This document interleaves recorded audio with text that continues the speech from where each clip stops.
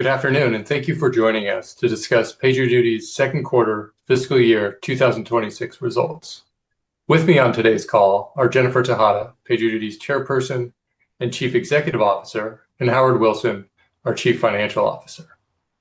Before we begin, let me remind everyone that statements made on this call include forward-looking statements based on the environment as we currently see it, which involve known and unknown risks and uncertainties that may cause our actual results, performance, or achievements to be materially different from those expressed or implied by the forward-looking statements.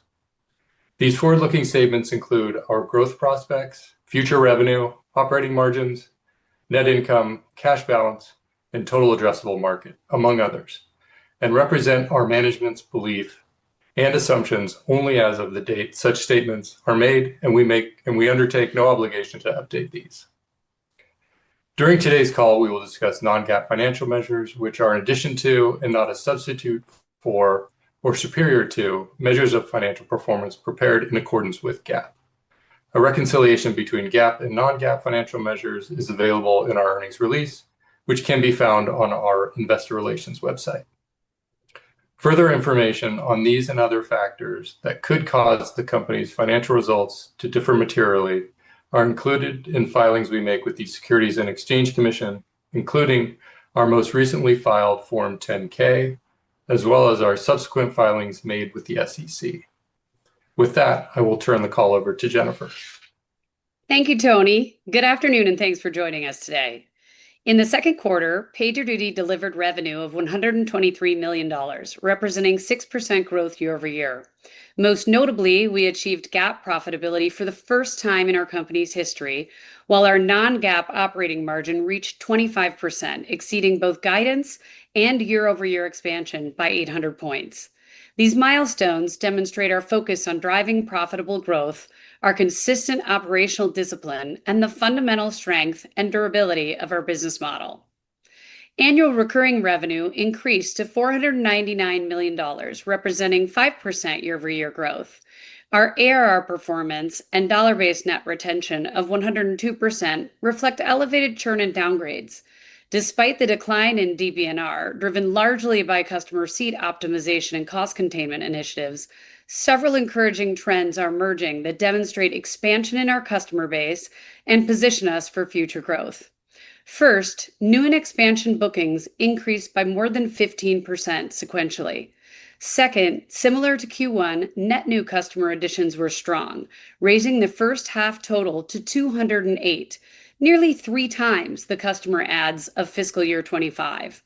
And third, our high-value customer base spending over $100,000 expanded to 868 customers, increasing by 20 customers sequentially and 48 year over year. The underlying demand for our platform continues to expand significantly, with usage growing over 25% year over year, demonstrating the critical role the Operations Cloud plays in enterprise infrastructure. Even as revenue growth has been tempered by seat optimization initiatives across our customer base, this divergence between platform utilization and seat count validates our strategic shift towards usage-based pricing models that better align our revenue to customer value realization. Several initiatives underpinning these encouraging trends include usage-based AI ops, which is growing above 60%, flexible enterprise licensing, and AI automation capabilities now integrated across all Operations Cloud plans. This comprehensive approach creates a natural expansion opportunity that helps drive cross-selling of our generative and agentic AI offerings while ensuring customers can scale their usage in alignment with their needs. We advanced our enterprise go-to-market transformation in Q2 with marked improvement across our international theaters, demonstrating continued platform demand and improving sales execution. Our sales team continues to mature and ramp, with over 60% of our enterprise reps now tenured at least 1 year. However, our Americas sales leader performance has been inconsistent, prompting us to appoint a new leader in North America sales in late July and implement organizational changes, flattening our structure to increase agility and to accelerate decision-making and customer responsiveness in this critical market. Platform usage growth in both volume and use case diversity demonstrates that the work itself is mission critical for enterprise operations. In fact, one of PagerDuty's key differentiators, our ability to orchestrate and automate the resolution of incidents, is more valuable than ever in a world where complexity is increasing. We are becoming the central nervous system for the AI native ecosystem. From frontier models to code assistants and agents, the growth in the volume of code, applications, services, systems, and agents, along with the unpredictability of these environments, requires an operations platform that anticipates complexity, mitigates risk, and automates at a very different scale than we have seen historically. PagerDuty does this today. Our traction with native AI companies illustrates this point and validates our midterm growth acceleration thesis. As a segment, native AI leaders now contribute 2% of total ARR and is growing rapidly. These companies represent the entire AI value chain, from infrastructure to application and agentic delivery. They are choosing PagerDuty for our proven scaled resilience and ability to anticipate the enormous technical and customer demands of this evolving market. Central to acquiring and expanding customers is product innovation. In addition to ongoing releases in automated incident management, our 4 new AI agents, Shift, Scribe, Insights, and SRE, will GA this quarter. Early access customers have provided encouraging feedback as we focus on customer adoption. All agents will be released with usage-based pricing models. Our ecosystem has advanced through strategic partnerships. Most notably, Amazon Q reached general availability as our first agentic AI partnership. The Amazon Q integration offers over 40 data connectors, enabling customers to leverage their enterprise data and knowledge bases through PD Advance, our chat assistant, and our agents.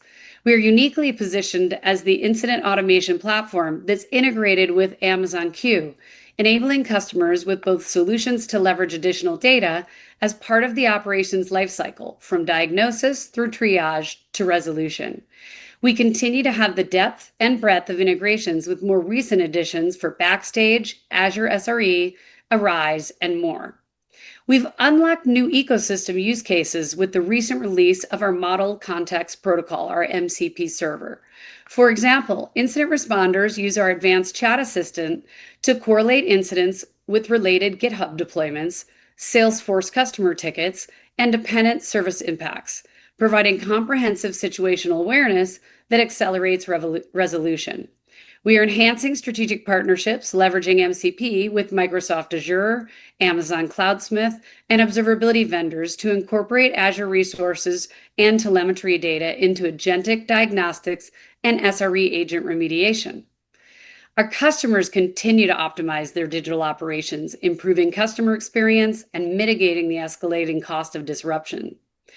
In the rapidly evolving AI space, a specialized cloud infrastructure provider for AI and machine learning workloads selected PagerDuty with a 6-figure multi-year commitment. This customer was navigating daily high event volume while working to meet its availability commitments for compute-intensive workloads. Growing event volume made it noisy and incredibly difficult to prioritize what matters most, a problem that traditional monitoring solutions couldn't effectively handle. PagerDuty's AIOps is a game changer, with automated intelligent correlation and orchestration, transforming overwhelming event volume into actionable insights and service recovery. AI-augmented event correlation helped ensure reliable AI infrastructure services for the company while dramatically improving operational efficiency. This strategic relationship validates PagerDuty's central role in the emerging AI ecosystem and demonstrates the relevance of our proven resilience and effectiveness in addressing the most complex challenges facing native AI companies today. In the highly regulated telecommunications sector, a Singaporean telco leader selected PagerDuty's Operations Cloud for a transformative 6-figure, 3-year IT modernization initiative. With PagerDuty, the customer is addressing critical inefficiencies that led to customer experience issues and regulatory risk, instigating funding of their first major investment in modern incident management. This comprehensive deployment of enterprise incident management, AIOps, and gold services automated their incident response workflows, reducing time to resolution from 30 to 40 minutes to just 2 minutes, delivering significant annual cost savings that far exceed their platform investment. Their PagerDuty deployment not only enhances their existing ITSM investment, but also ensures regulatory compliance with evolving Singapore telco standards, positioning them for continued innovation in the competitive Southeast Asian market.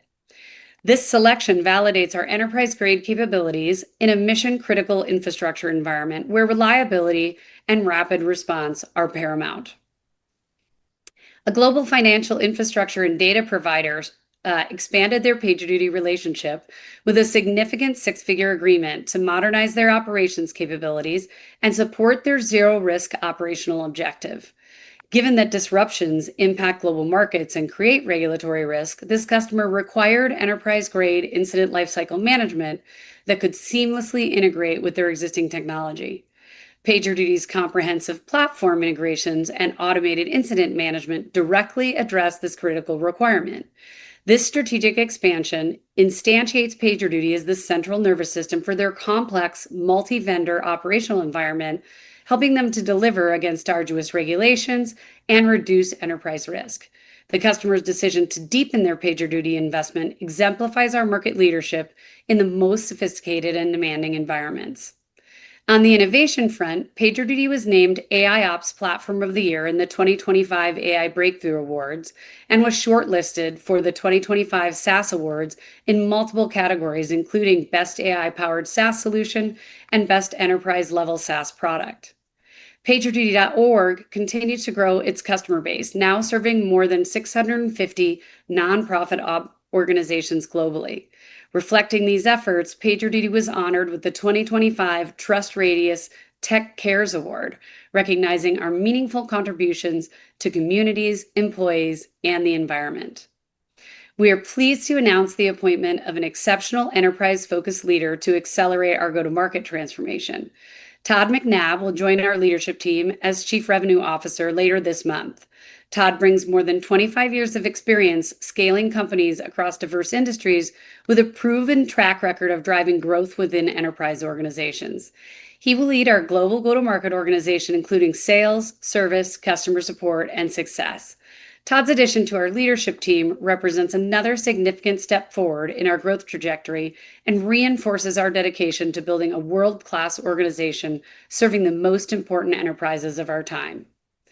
Our strengths are clear: a strong and growing customer base, an unparalleled track record of resilience at scale, an industry-leading innovative platform for managing mission-critical operational risk.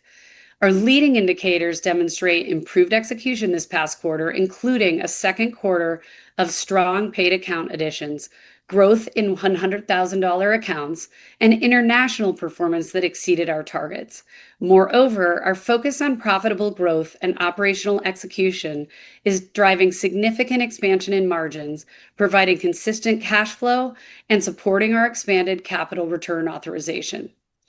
As we advance our enterprise transformation, the fundamental strengths of our business underscoring our progress are expanding margins, our first GAAP profitable quarter, and disciplined capital allocation that mitigates dilution while positioning us for growth reacceleration. These results, coupled with the compelling demand trends we see in platform usage, demonstrate our critical position in the emerging AI ecosystem and reinforce my confidence in our outlook. Thank you to our customers for your loyal partnership, our shareholders for your ongoing investment in our future, and our employees for your dedication. With that, I'll turn the call over to Howard, and I look forward to your questions. Thank you, Jen, and good day to everyone joining us on this afternoon's call. Before reviewing our second quarter financial results, I want to highlight our strong operational discipline translating to our first quarter of GAAP operating margin profitability. We expect to be at or near this level in the second half before being GAAP profitable for the full year next fiscal year. And now, unless otherwise stated, all references to our expenses and operating results on this call are on a non-GAAP basis and are reconciled to our GAAP results in the earnings release that was posted on our investor relations website before the call. Moving to results, revenue for the quarter was $123 million, up 6% year over year. International revenue increased 12% annually, contributing 29% of total revenue. Annual recurring revenue exiting Q2 grew 5% year-over-year to $499 million. In the second half of the fiscal year, we expect incremental ARR to be significantly higher than the first half. The maturing of our enterprise sales motion, in conjunction with our new North America leader and a more agile structure, underpins this expectation. We delivered 102% dollar-based net retention compared to 104% in Q1. DBNR was negatively impacted by lower gross retention, largely as a result of downgrades. We expect dollar-based net retention to remain at this level in the second half as our pricing and packaging becomes better aligned with customer value realization. Customers spending over $100,000 annually in annual recurring revenue increased by 20 from Q1, or up 6% year-over-year, resulting in 868 by quarter end. Total paid customers grew to 15,322 in Q2, adding 75 net new customers. Free and paid companies on our platform grew to over 33,000, an increase of approximately 13% compared to Q2 of last year. Q2 gross margin was 86%, at the high end of our 84 to 86% target range, reflecting the uniquely efficient technical architecture we have developed to service our customers. Operating income was $31 million, or 25% of revenue, compared to $20 million, or 17% of revenue in the same quarter last year. The outperformance reflected our focus on increased efficiency and operation execution with lower payroll and other personnel costs. In terms of cash flow for the quarter, cash from operations was $34 million, or 28% of revenue, and free cash flow was $30 million, or 24% of revenue. Turning to the balance sheet, we ended the quarter with $568 million in cash equivalents, and investments. During the second quarter, we retired the remaining $58 million of convertible debt issued in June 2020. We are generating significant, consistent cash flow, which leaves us well positioned to execute our enterprise transformation while also returning capital to shareholders. The board has expanded our current share repurchase program to $200 million, providing us with increased flexibility to opportunistically repurchase shares in the open market, subject to market conditions and legal constraints. On a trailing 12-month basis, billings were $496 million, an increase of 6% compared to a year ago, just below our target of 7% for the quarter. With respect to Q3, we anticipate trailing 12-month billings growth to be approximately 7%. At the end of Q2, total RPO was approximately $425 million, increasing 5% year-over-year. Of this amount, approximately $295 million, or 69%, is expected to be recognized over the next 12 months. $100 million, or 24%, over months 13 to 24, and the remainder thereafter. Now turning to guidance.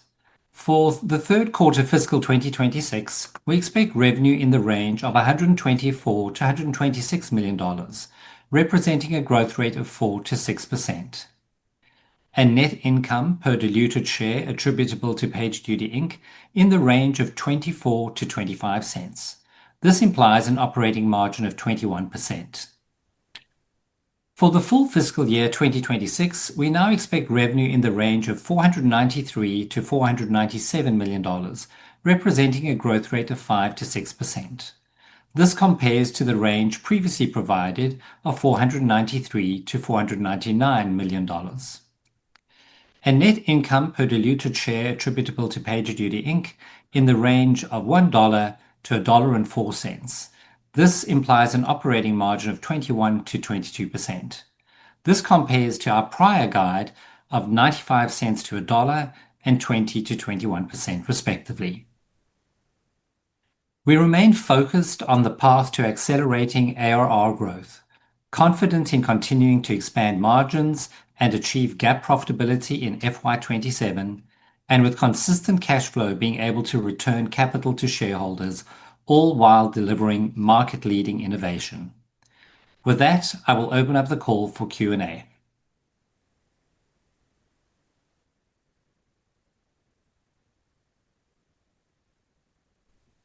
Thank you. And to our analysts on the line, please feel free to raise your hand so that we can cue you for our Q&A period here. Our first question will turn to, well, we had a hand up from Sanjit Singh over at Morgan Stanley. Please go ahead. I think. Who's Sanjit? I think Apologies for not being able to be on.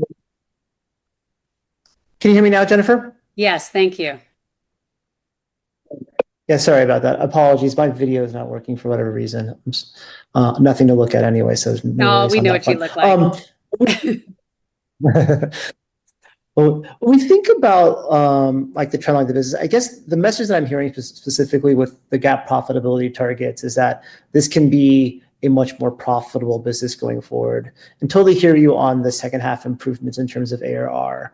When I think of like the IT operations category, which includes incident management, AI ops, obviously the observability guys, when I look at some of the other parts of IT ops, it sounds like business is stabilizing. Some of that's due to AI native customers and their customer bases ramping like it is for you guys.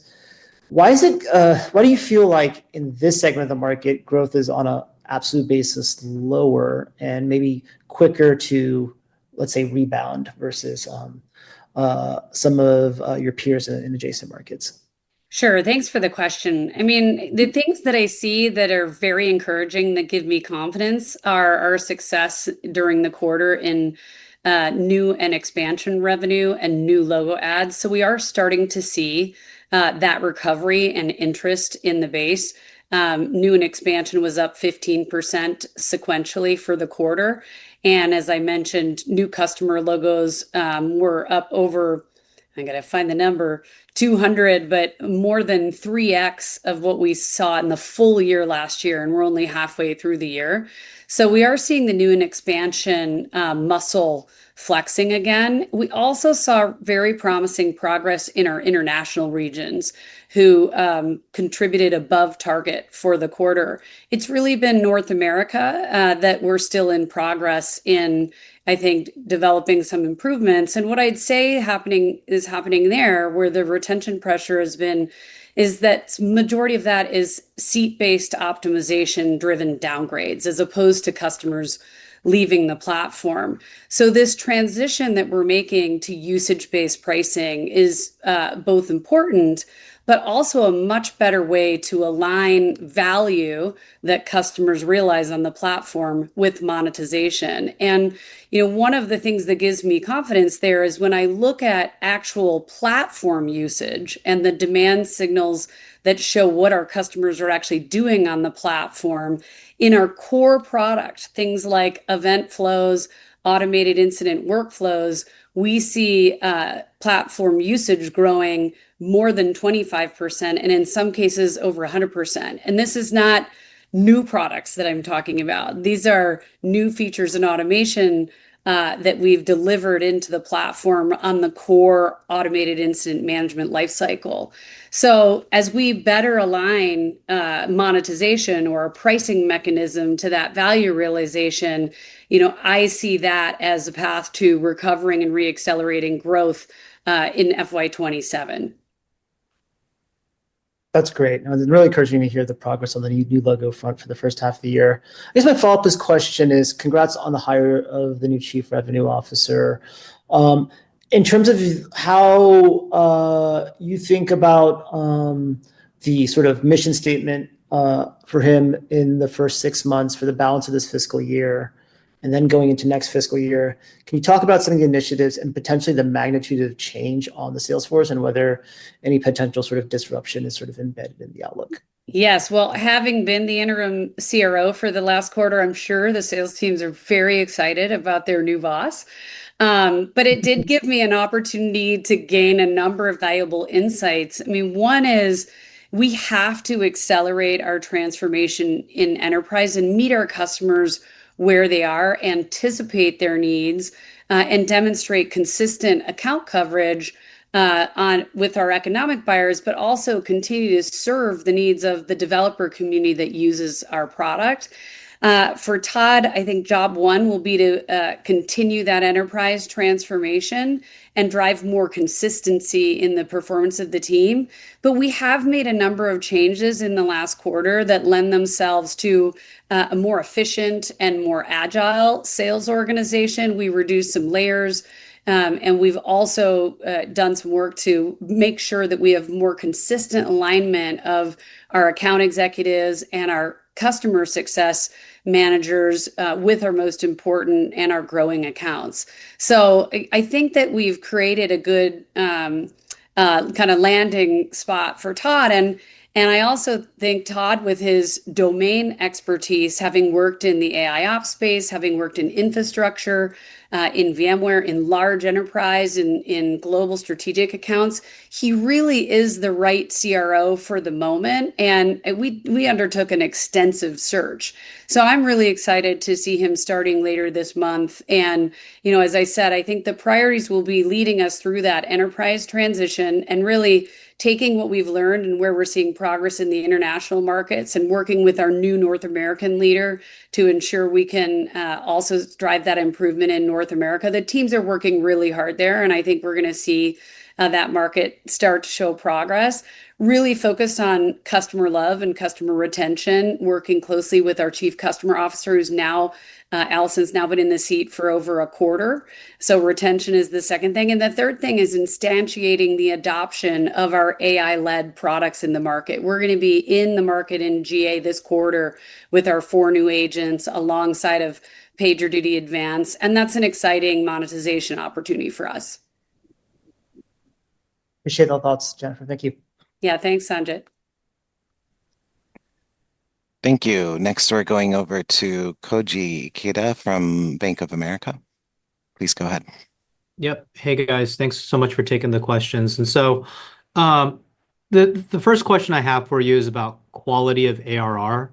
You just hit 500 million or just about 500 million this quarter. And when I look back in the model, you were at a little over 400 million at the end of fiscal 23. And so how would you categorize the quality of the components of ARR today, which I think can help frame how NRR and other growth metrics like billings can stabilize and improve from here?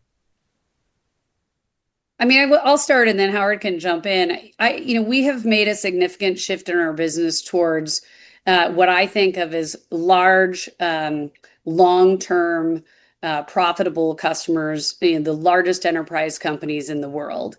And we've had to learn a lot of new things as we've made that transition in a market that has been, somewhat uncertain and volatile and exciting in many ways. And at the same time, like those customers are the ones that rely heavily on us for managing their own products and services and operational environments in an ecosystem that's becoming more complex and more unpredictable. And, the other thing that I would say is we're starting to see really large companies that come out of more traditional technology backgrounds moving into this market and investing in incident management for the first time. So I talked about one of those companies today, but we also have seen a large pharma organization investing for the first time with us in the last few quarters, doing a large expansion this quarter.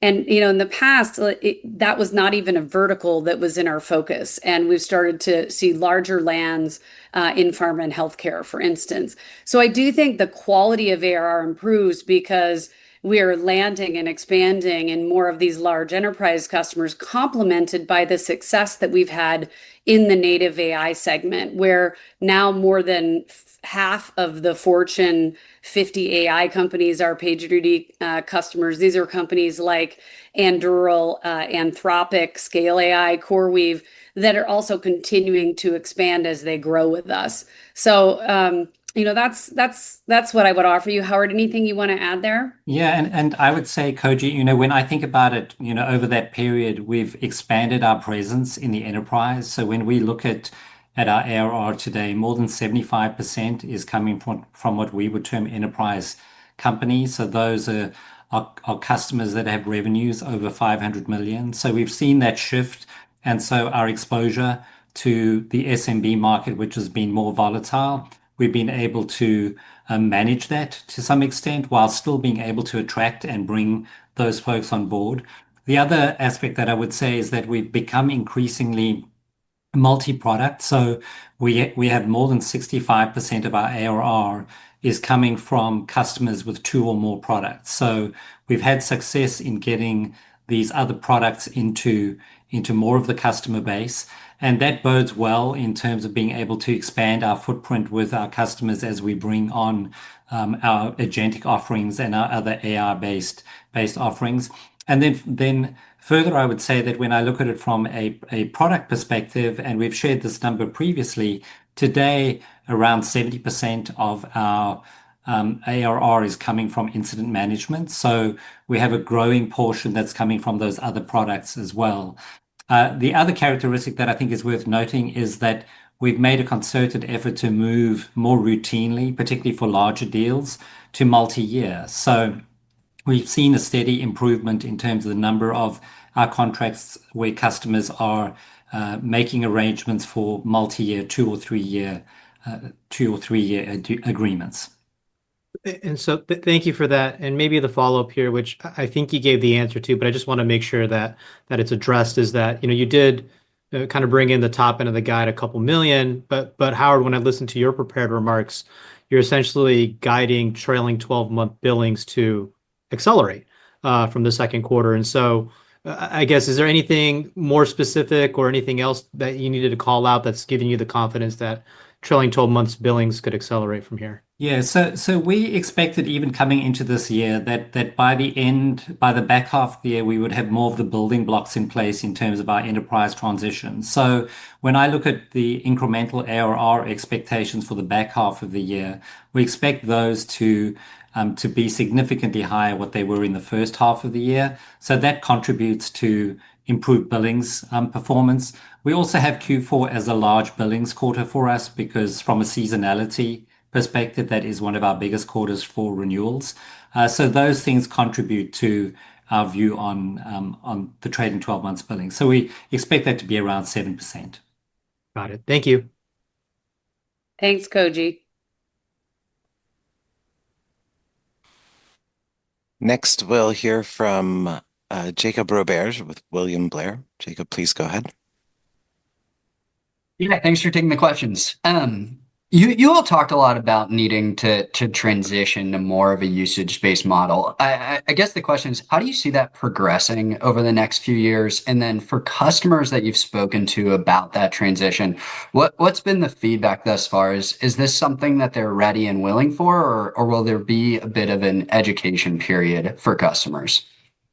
Well, obviously, we won't be able to move all customers at the same time because customers tend to like to make these transitions in their renewal cycle. So this will be a gradual process over the next couple of years, particularly given, a lot of our customers are now multi-year. I think this quarter, 45% of our revenue was multi-year. But I would tell you that customers are very open to it, and we can see that in our existing usage-based pricing, where our products that have usage-based pricing grew 60% in the quarter. So what we try and do is seed a customer with a starting point and then give them the opportunity to grow their usage as they need it, as opposed to it being associated with the number of people on the platform. And the reality is, as we've added more and more automation to the platform is doing some of the work of the people that customers are licensing, and they understand that, right? It's also easier for them to articulate the business case for the investment in our platform if it is tied more directly to value realization. So far, I would say that customer feedback has been encouraging.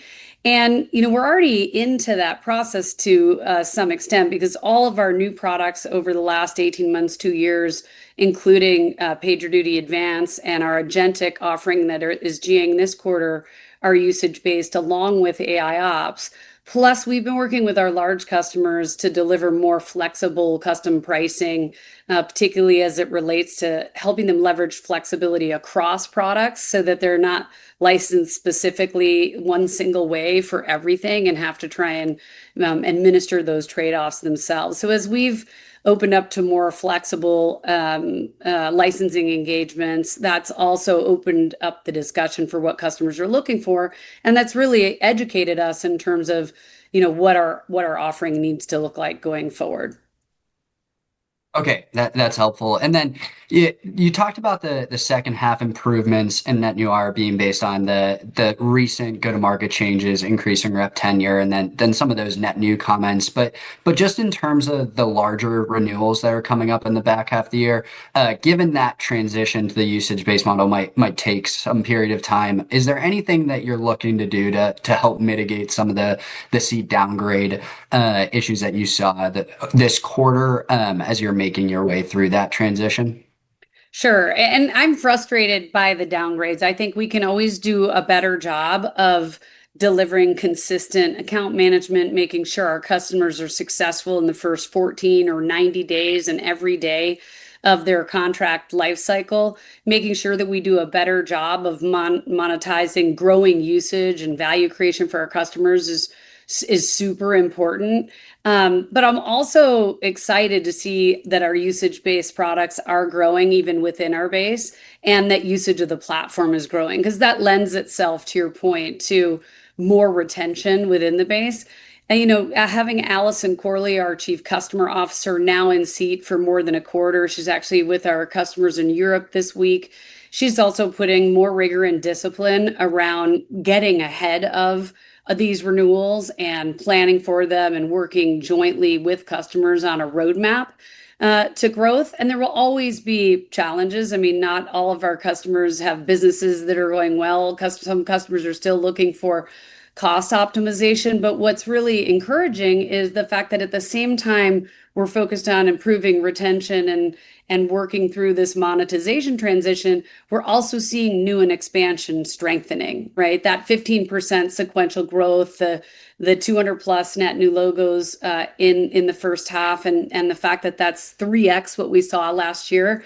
For me, that gives me a lot of confidence in our path, and the fact that we're able to continue to have strategic conversations with our customers, even when sometimes the short-term impact is not what we'd like. The long-term relationship is growing. So overall, I'm really encouraged. And we've got a lot of work to do in the back half, but we've got the right team to do it. And our go-to-market organization, as well as our product innovation teams, are working really hard. And Jacob, I would just add from a pricing perspective, one of the aspects of the new pricing models that we are rolling out are about increasing flexibility for the customer. So historically, when our customers purchase, they were buying, if you like, a narrow product or a narrow plan. We've been upgrading our packaging progressively to be able to see different aspects of our platform, whether it's the incident management, the AI ops, automation across multiple plans. And included in this initiative, particularly around renewals as we go into Q4, is to help customers take advantage of the flexible licensing, which would then give them access to more product, which would then also allow them to, it would mitigate, if you like, some of the impacts of potentially less users, because they'd be gaining access to more products, and that would deliver greater value to them. Very helpful. Thanks for taking the questions. Thanks, Jacob. Thank you. And I just remind our analysts on the call, go ahead and raise your hand to be queued to bring your question to the group. Andrew Sherman, we're going to you with TD Cowen. Go ahead, please. Great, thanks. Good to see you all. Congrats on good to see the better execution in the quarter. Would love to dive a little deeper, Jen, into the second half drivers that you're talking about here. Is the shift to consumption going to start for some customers in the second half, and that can start to help drive some better growth out of them? Or maybe that's more of a next year event. I think you made a comment that it can help accelerate growth next year. And then what signals in the pipeline or aspects about your renewal cohort in Q4 are giving you the confidence that a lot of these deals can close? Yeah, thanks, Andrew. Nice to see you. I would say one, we know coming into the back half that we have 60% of our enterprise reps already, more than 1 year in tenure, whereas they were ramping in the first half. And that lends itself to stronger account coverage, more higher quality pipeline and more liquidity in the pipeline. So that's something that, we have been working towards now for some time. I think the usage-based pricing, will take time to develop, but where we're already seeing early positive signs is in products, the new products, attached products that are out in the market, like AI Ops, for instance, PagerDuty Advance. And, we're starting to see some really exciting adoption of the four PagerDuty Advance agents, the Scribe, SRE, Insights, and I forgot one.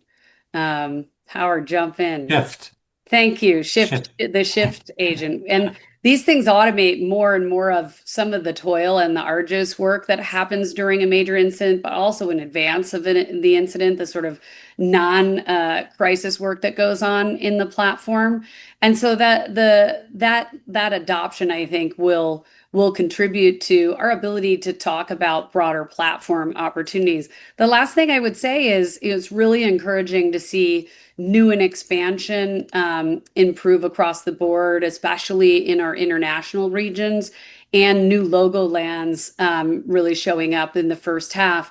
And I think that's a demonstration of the cut through we're getting with native AI companies. So when you think about our traction with AI natives, the fact that we're demonstrating we're important and central to the emerging AI ecosystem, the strong adoption that we're starting to see in our EA usage, growth on the platform, and making progress on this enterprise transition with the new CRO and the CCO and seat, those are the things that are giving me confidence for the back half. Yeah, that's great to hear. And on that AI natives, the 2% of ARR was interesting, as well as the over half of the biggest 50 AI companies. It sounds like, how quickly did some of these become customers? Was this part of like this quarter itself? And maybe just talk about their usage of the platform, which products, how quickly they've kind of expanded already in some cases, and how this kind of validates the PagerDuty platform as central to AI, like you just mentioned. Yeah, what's been really interesting is these customers span from the frontier models that we all know of. I mentioned Anthropic earlier, infrastructure solutions like Scale AI, some of the applications that sit on top, agentic platforms that we're seeing, and even we don't include this in the Forbes 50 AI companies, but even some of our more traditional customers are making significant investments in their agentic offerings and looking for support to manage those solutions in production. But what we see is sometimes they may start with a lower cost solution and realize that it won't scale. Sometimes they're starting small with us in our digital first commercial. They come in through top of funnel and then grow over time. But what we're hearing is real deep interest in automation. The fact that it's an end-to-end automated incident management solution, and that we are leveraging AI as well and using our own proprietary model to help automate more and more of the solution. So they're not having to have hundreds of people involved in their incident response. It really does enable them to focus on research, to focus on innovation, to focus on product, but at the same time build trust. Because as you know, when these models, these agents, when something goes wrong, and it does, because you're shipping more velocity through the benefit of code assistance or, using your own automation, you want to manage it effectively in the market and be able to transparently tell your customers that you're building a resilient offering. And so those are some of the trends we're seeing. But what I like about it is we're seeing a diversity of customers choose PagerDuty. Like I said, from the models to the agents, the apps in the middle, and some of the most important infrastructure solutions. And those conversations have been great. Great. Thanks, Jen. Thank you, Andrew.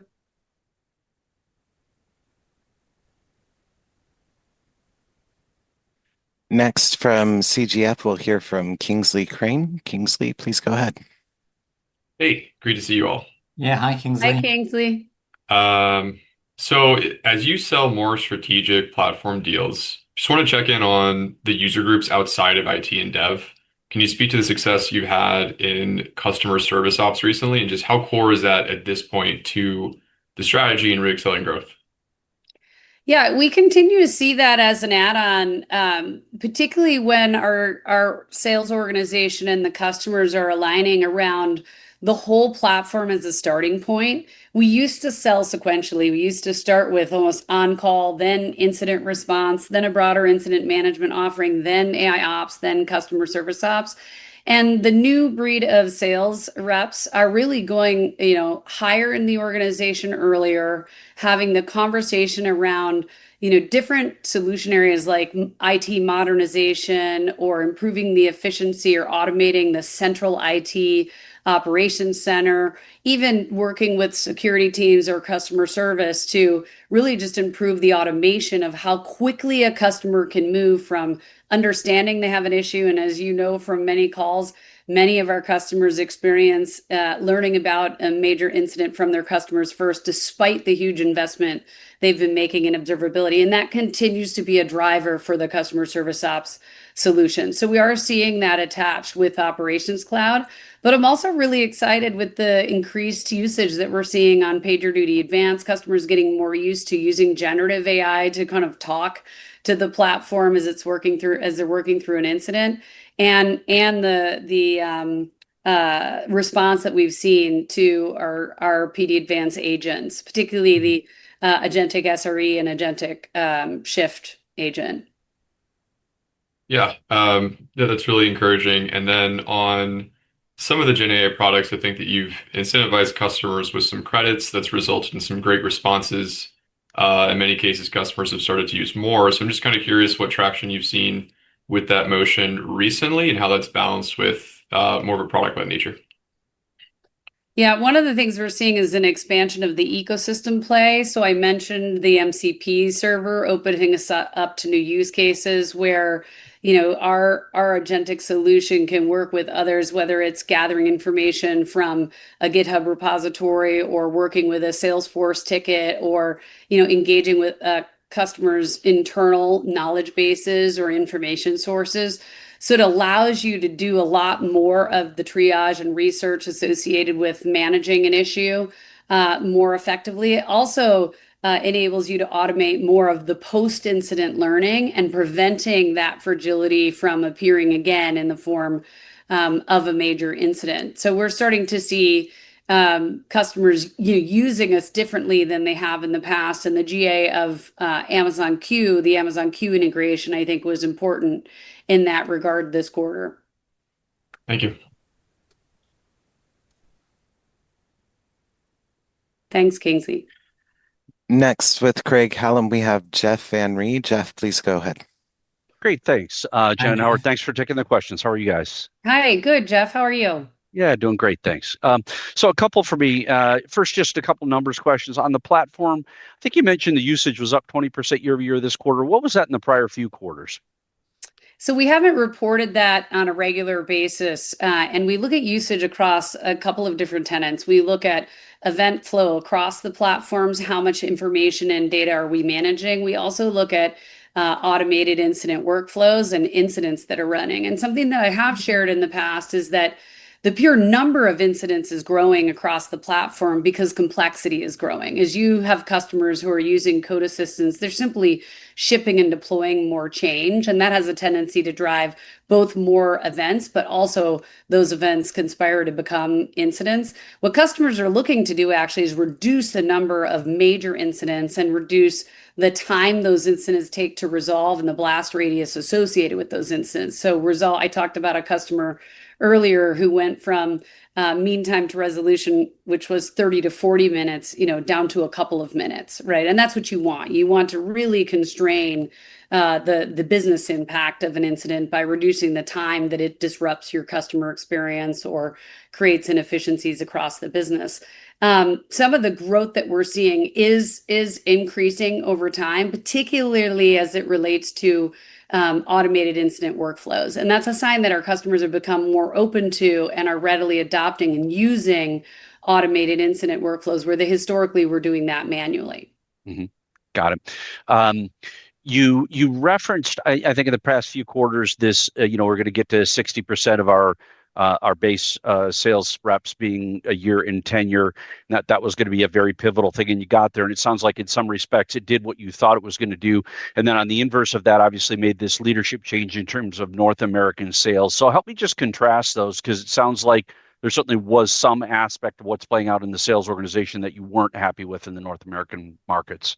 Sure. I mean, I will tell you that the progress in the international markets has come sooner and faster than in North America. Now they are smaller, so potentially more agile in their ability to adapt and adapt to a different market environment.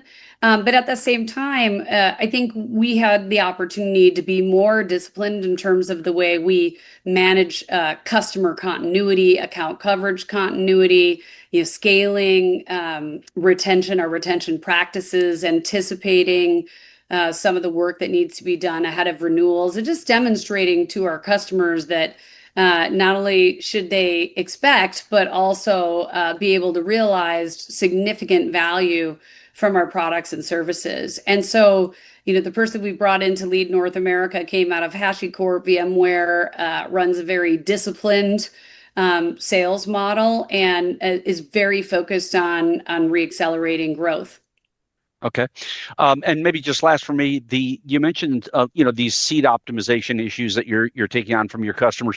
Just talk maybe just about some of the chronology there. Like, how is that intensity played out? How did it play through the quarter? Kind of where are we now? It's just been a steady level of intensity in terms of seat optimization. Has it peaked and some of that pressure lessening? How would you define that trend? Yeah, I think it's been pretty consistent this year, but it really is tied to the decline in new job growth, particularly across tech workers. And also, in some cases, we have customers that are making significant headcount reductions as a result of either their financial goals or their use of automation as well. And like I said, when we're building automation on the platform, seats just isn't a great monetization metric for the value that we create through automating this work and getting people out of some of these workflows. I think we'll continue to see pressure on seat-based licensing over the next couple of quarters, but we're anticipating it more effectively and cross-selling more effectively. And likewise, it's a very large TAM. There's a big opportunity to land new customers, whether they're native AI companies that are growing very fast and are super well-funded and not so much worried about headcount, or even seeing some of these more traditional verticals coming towards us, like healthcare and pharma. We haven't talked much about public sector or federal, but I think there remains opportunity there. And what I've seen, particularly from our international teams, is they're doing a really good job of starting with the Operations Cloud. I'm seeing usage-based AI ops attached to most enterprise deals. I'm seeing customer service ops. I'm seeing better attach on services, et cetera. So it also comes down to the quality of our execution and the scalability of that execution, how we engage with customers in a repeatable way. So having Allison here in the seat is helpful too. Yeah, got it. Appreciate it. Thanks so much. Thank you, Jeff. Thanks, Jeff. Thank you. Miller Jump with Truist. We'll go with you next, please. Hey, thank you for taking the questions. So you talked about higher quality pipeline going in the back half, obviously more mature sales force as well. I guess I'm curious, do you expect that to have any impact on the sales cycle or close rates? I'd imagine they're higher quality looks, but also you're selling bigger, more complex deals. Yeah, hi Miller. We got a little static on your line, so I'm going to repeat the question. I think I got it. And you're asking, given higher quality pipeline in the back half, what do we expect? Do we expect conversion rates to improve? How do we think about sales cycle time, et cetera? So, as you shift to more of an enterprise motion, you do tend to have more back-end seasonality in the year. The software industry has trained our customers over time that, the bigger deals happen as the year progresses. So we do see improvement in the go-to-market organization forecasting and building deals multiple quarters out. I mean, just 2 years ago, half of our revenue was created and closed inside a quarter, right? And now more of our revenue is coming through multi-quarter pipeline opportunities that do take a little longer, but are strategic. We're even seeing some of our enterprise lands are a little larger than they've been in the past. So, they're starting a little bigger. It might take a little longer, but then, we expect that there is also more growth opportunity there. So I do think that conversion rates on the pipeline could improve through the back half. We would expect it to, given reps have ramped, and more than 60% of our reps have been here for more than a year. And we've seen some of that conversion improvement already in the international regions. We are excited about some of the larger deals that are in the pipeline. And at the same time, we got large renewals to work through. So there's a balance to be struck. But the most important thing to me is that our sales teams are maniacally focused on customer engagement and on spending more time understanding their customers. We recently have insisted on a return to working in person again because our customers are working in person. And that uptick in customer engagement absolutely starts to show up in terms of more pipeline, higher quality opportunities, better managed opportunities. And that's something that I know Todd will continue to focus on as he comes on board. Thanks. And if you can hear me, Howard, the follow-up question is for you. Just anything you can give us on the size of the pipeline and the size of the renewal cohort versus last year. Yeah, so I think, Miller, your question was any commentary on the size of the pipeline and the renewal base, right, for the back half of the year. So just in terms of renewals, our Q3 and Q2 are typically of similar size, give or take a few million. But Q4 is our largest quarter in terms of renewals, but we are planning for that. In terms of pipeline, we've seen really good strong pipeline development, particularly as these larger opportunities, we anticipate that they will take longer to close. And our team is anticipating that, and the level of qualification around larger deals is improving. We've actually seen in some regions some improvement in terms of sales cycle getting a little shorter. When I see that over a couple of quarters, I don't know whether to believe it and see it as a trend, but certainly those disciplines are resulting in better management of deals. And particularly when I look out into Q4, we have a strong build of pipeline for the fourth quarter. Okay, thank you, team. And I think we will round things out today, hearing with a representative from RBC. If you could just identify yourself, I'll switch your name up. Yep. Hey guys, it's Mike Richards on for Matt. Thanks for taking the question. It's encouraging to see you guys move to the usage-based pricing model. I think a lot of us agree that seat-based models need to move there over time. And acknowledging that a lot of the new product, if not all the new products, are usage-based already. Specifically, how are you thinking about core incident management? Is it going to be fully usage-based? Is it going to be some combination of seats and usage? Just, any specifics around what that'll look like for the core incident management products. Thanks. Yeah, thanks, Mike. We're still working through that and having a lot of conversations with customers, but right now it looks like it'll be some form of platform-based and usage-based. And we're even, using credits with some of our AI products. One of the things that we want to make sure we do is give our customers predictability. We've seen a lot of customers coming to us looking to try and reduce observability spend and avoid overages and lock in with observability players because of the unpredictability of that spend and check size. And so we've tried to learn from a lot of the usage and consumption-based models that are out there, but we have a pretty good track record so far with AI ops. Some of the things that take time to dial in is what's the right level of credits. If you give a customer too many credits up first, they grow slower. If you don't give them enough, you have a sort of upside surprise that they don't particularly like. But with incident management, because a lot of our incident management, we already track things like events and workflows, platform usage, et cetera. We have a number of metrics that we can work with there. And we're also trying to look ahead at how will our AI-led products shape the way people use the platform. So, that's why I would see this more as an iteration as opposed to like one sudden event that happens. We've been working through this transition to usage-based now for, more than a year with AI Ops and PagerDuty Advance and now the agents, and we'll just continue to iterate as we learn. The other thing that we have done is seed a lot of our advanced products and services in all of our pricing plans so that customers get access to those AI-led features. They get access to automation, even in our lowest plans.